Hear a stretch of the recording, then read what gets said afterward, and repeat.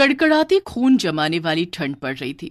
जंगल की झाड़ियों से घिरा हुआ डाक बंगला काफी दिन में जितना सुंदर दिखता था, उतना ही इस रात के कोहरे में भयंकर नजर आ रहा था। डाक बंगला या यूं कह लीजिए सरकारी गेस्ट हाउस, जहां सरकारी कर्मचारी, नौकरशाह और मंत्री लोग रुक सकते हैं। उस रात मनमोहन अपनी बीवी अनु, बेटे रवि और बेटी जीविका के साथ वहां रुकने आया होता है। वो एक आम आदमी होता है, इसलिए भुगतान भरकर वो वहां ठहरता है। अब कोई गेस्ट हाउस नजर ही नहीं आ रहा है मुझे, इसीलिए यहाँ आना पड़ा। माफ करना रवि बेटा। क्या पापा, आप भी? ये डाक बंगला कितना खौफनाक नजर आ रहा है। इसमें हम अगले 2 दिन कैसे बिताएंगे? रवि बेटा, कॉलेज का लास्ट ईयर चल रहा है तुम्हारा। इतने बड़े हो गए हो फिर भी इतना डरते हो। अब हम भी क्या करें? अगले 2 दिनों तक इस गांव से बाहर मौसम खराब होने की आशंका है और साथ ही भूकंप आने की भी। अरे मेरे डरपोक भाई, तुम कब सुधरोगे? अरे उल्टा इस डाक बंगले की खूबसूरती को देखो ना, यहाँ की शांति में कितना सुकून है। उफ। चुप रहो जीविका। वो चारों अपने अपने कमरों में आराम करने चले जाते हैं। रवि और जीविका एक कमरे में सोते हैं और मनमोहन और अनु एक कमरे में।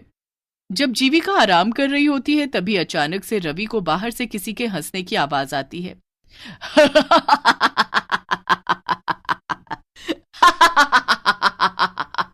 मेरे पास आओ, आओ, आओ मेरे पास आओ। ये किसकी आवाज है? कौन है? रवि के पसीने छूटने लगते हैं और वो बालकनी में जाता है। तभी उसे वहां कोई नीचे नहीं दिखता है और ना ही दूर दूर तक जंगल में कोई नजर आता है। यहाँ तो दूर दूर तक कोई नजर नहीं आ रहा है। फिर ये आवाज किसकी थी? जीविका, तुम पागल हो क्या? ऐसे कोई करता है क्या? मैं कितना डर गया एक पल के लिए।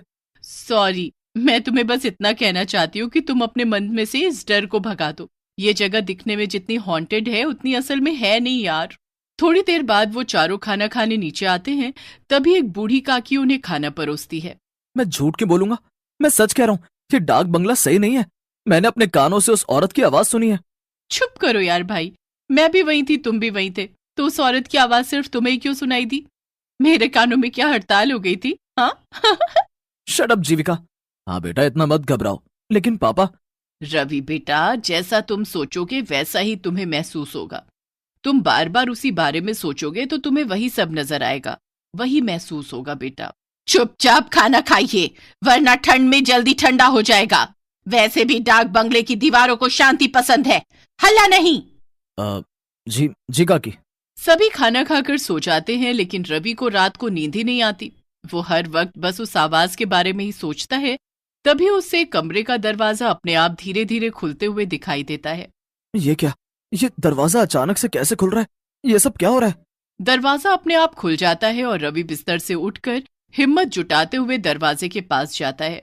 तभी वो एक काले साए को फौरन सीढ़ियों से नीचे की तरफ भागते हुए देखता है। ये देख रवि की सांसें तेज और कलेजा कांपने लगता है। कौन था वहां? कौन था? और ये क्या? ये पेपर, इस पे तो खून की स्याही से लिखा है, मैं तुम सबकी जान ले लूंगी। क्या?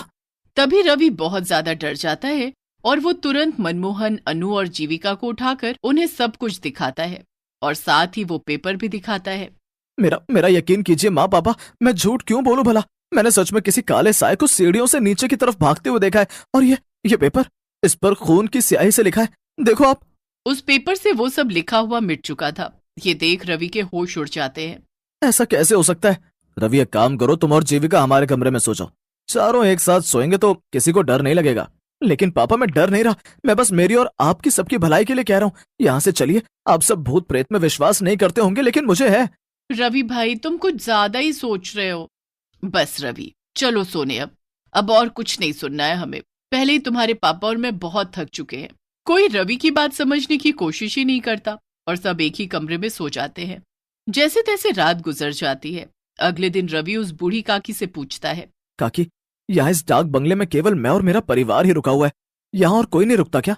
लोग यहाँ रुकने आते हैं, लेकिन अभी इस समय नहीं है। हटो यहाँ से, मुझे बाहर जाना है। रवि दिन में उस बंगले को अच्छे से देख लेता है। मनमोहन, अनु और जीविका बाहर बैठकर बातें कर रहे होते हैं। अरे रवि भाई, आओ हमारे साथ बैठ जाओ, वरना फिर कोई भूत आकर आपको परेशान कर लेगा। बस जीविका, कितना परेशान करोगी तुम उसे चिढ़ा चिढ़ा कर। ओके बाबा, सॉरी। रवि कुछ दूर टहलने जाता है और तभी उसे एक लड़की दिखाई देती है जो सुनसान सड़क पर फूल बेच रही होती है। साहब, साहब फूल ले लो ना साहब, गुलाब, चंपा, चमेली, मोगरा, जास्मीन, सारे फूल हैं मेरे पास। न, नहीं नहीं, मुझे नहीं चाहिए कोई फूल। अच्छा ठीक है, लेकिन मेरी बोनी हो जाए इसलिए एक फूल तो ले लीजिए प्लीज साहब। रवि उस फूल को खरीदकर अपनी माँ अनु को बालों में लगाने के लिए दे देता है। बाद में जब अनु बाथरूम में मुंह धोने जाती है तभी वहां की लाइट अचानक से बंद चालू होने लगती है। अरे इन लाइट्स को क्या हो गया अचानक से? और जब अनु आईने में देखती है तभी उसके पीछे एक औरत खड़ी होती है जिसकी शक्ल काफी ज्यादा खौफनाक होती है। आ! अनु की चीख सुनकर सभी उसके कमरे में भागे चले आते हैं और उसे वहां पर बेहोश पाते हैं। माँ, माँ आंखें खोलो ना माँ। थोड़ी देर बाद जब अनु को होश आता है तभी वो उन तीनों को सारी घटना बताती है। अनु की जुबानी ये सारी बातें सुनकर उन तीनों के पैरों तले जमीन खिसक जाती है। माँ, ये सब सच है? हाँ जीविका बेटी, रवि बिल्कुल सच कह रहा था। देखो, मैंने कहा था ना आप तीनों से, इस डाक बंगले में जरूर कुछ तो गड़बड़ है। मनमोहन जी, मुझे कुछ नहीं पता, हम कहीं और रुक लेंगे, चाहिए तो जंगल में रुक लेंगे, लेकिन इस भूतिया डाक बंगले में बिल्कुल नहीं। हाँ पापा, अगर माँ और रवि ने यहाँ कुछ ऐसा महसूस किया है तो हमें यहाँ नहीं रुकना चाहिए। हाँ हाँ अनु, ठीक है, अपना अपना सामान ले लो, हम सब अभी इसी वक्त यहाँ से निकलते हैं। चारों अपना सामान पैक करके वहां से निकलने लगते हैं, लेकिन तभी वहां डाक बंगले के मुख्य दरवाजे पर वो बूढ़ी काकी खड़ी हो जाती है। काकी, हमें जाने दीजिए, हमें अब यहाँ नहीं रहना है। नहीं कहा ना, एक बार जब कोई इस डाक बंगले में आ जाता है तो वो फिर से वापस नहीं जा पाता। नहीं, आप हमें यहाँ जबरदस्ती रुकने के लिए नहीं कह सकती काकी, हमें जाने दीजिए प्लीज। मतलब ये कि तुम सब अब हमेशा हमेशा के लिए यहीं पर रहोगे, इंसान बनकर नहीं बल्कि भूत बनकर। उतने में अचानक से वो बूढ़ी काकी अपने भूतिया रूप में बदल जाती है और वहां आसपास सभी भूत इकट्ठे हो जाते हैं। ये सब देखकर चारों की रूह कांप उठती है और रोंगटे खड़े हो जाते हैं। नहीं, बचाओ! वो चारों भागने की कोशिश करते हैं लेकिन उनके पैर नहीं हिल पाते हैं और वो जमीन से चिपक कर रह जाते हैं। नहीं, हमने यहाँ रुककर बहुत बड़ी गलती कर दी, हमें यहाँ रुकना ही नहीं चाहिए था। बचाओ! ये हमारे पैरों को क्या हो गया? ये हिल क्यों नहीं रहे? हमें बख्श दो, हमें जाने दो यहाँ से, जाने दो, हमें जाने दो। नहीं, कहा था ना मैंने। अब तुम सबका अंत है, तुम सब भी हम भूतों की बिरादरी में शामिल हो जाओगे आज। ये तो वही फूल वाली लड़की है। यही तो इस डाक बंगले का नियम है, एक बार जो यहाँ पर आया वो वापस जिंदा नहीं लौट पाता, उसे तो मरना ही पड़ता है। ये सब मैंने शुरू किया था, क्योंकि कई सालों पहले इसी डाक बंगले में काम करते करते एक गेस्ट ने मेरी जान ली थी, क्योंकि मैंने उसे सोने की तस्करी करते हुए पकड़ लिया था और मैं उसका जुर्म पुलिस को बताऊं, इस डर के कारण उसने मुझे मार दिया, क्योंकि सभी इंसान ऐसे ही होते हैं, मतलबी और बुरे। सारे भूत अब उन चारों के पास आने लगते हैं और चारों काफी ज्यादा घबरा जाते हैं। लेकिन तभी हम यहाँ से भाग तो नहीं सकते, लेकिन अपने मुंह से भगवान को याद तो कर सकते हैं। माँ, पापा, जीविका, हनुमान जी ही अब हमें बचा सकते हैं। वो चारों एक साथ हनुमान चालीसा बोलना शुरू कर देते हैं। जय हनुमान ज्ञान गुण सागर, जय कपीस तिहु लोक उजागर, रामदूत अतुलित बलधामा, अंजनी पुत्र पवन सुत नामा। बंद करो, बंद करो।